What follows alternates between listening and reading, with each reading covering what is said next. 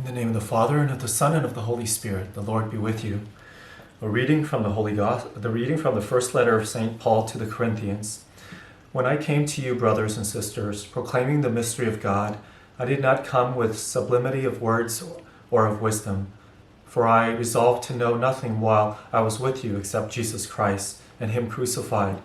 I came to you in weakness and fear and much trembling, and my message and proclamation were not with persuasive words of wisdom, but with a demonstration of spirit and power, so that your faith might rest not on human wisdom, but on the power of God. The word of the Lord. Thanks be to God. That's the first reading today from for today's Mass.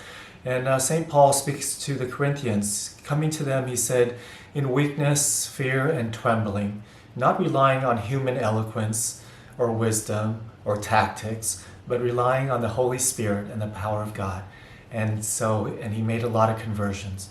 So that should teach us something too. Sometimes we can depend too much on ourselves and little techniques and gimmicks or whatever. But ultimately the power, we should rely on God. We should, first of all, we should be humble to realize that we're weak, we're insufficient, and we need God's help if we're able to do any good. And so I'm talking here about, specifically communication, but it could be anything. But so if you have an important talk that you have to give, a presentation, a difficult conversation, or anything, rely on the Lord. Rely on the Lord, not so much on yourselves or on techniques and gimmicks, but rely on the Lord. So pray about it, right? Bring it up to the Lord, pray, and prayerfully ask the Lord to help you. Ask the Holy Spirit to guide you, to empower you, to speak through you. And then your words will carry much more weight, more power.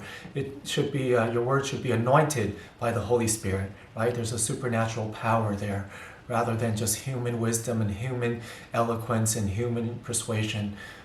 Call on the power of the Holy Spirit, right? To make it more effective, to make it more anointed. I try to do that myself, but we should all do that in all aspects of our life. If we are prayerful, if you are united to the Lord, if we are humble, if we rely and call on the Holy Spirit, our words and presence will have much effect on others and glorify God and build His kingdom on earth.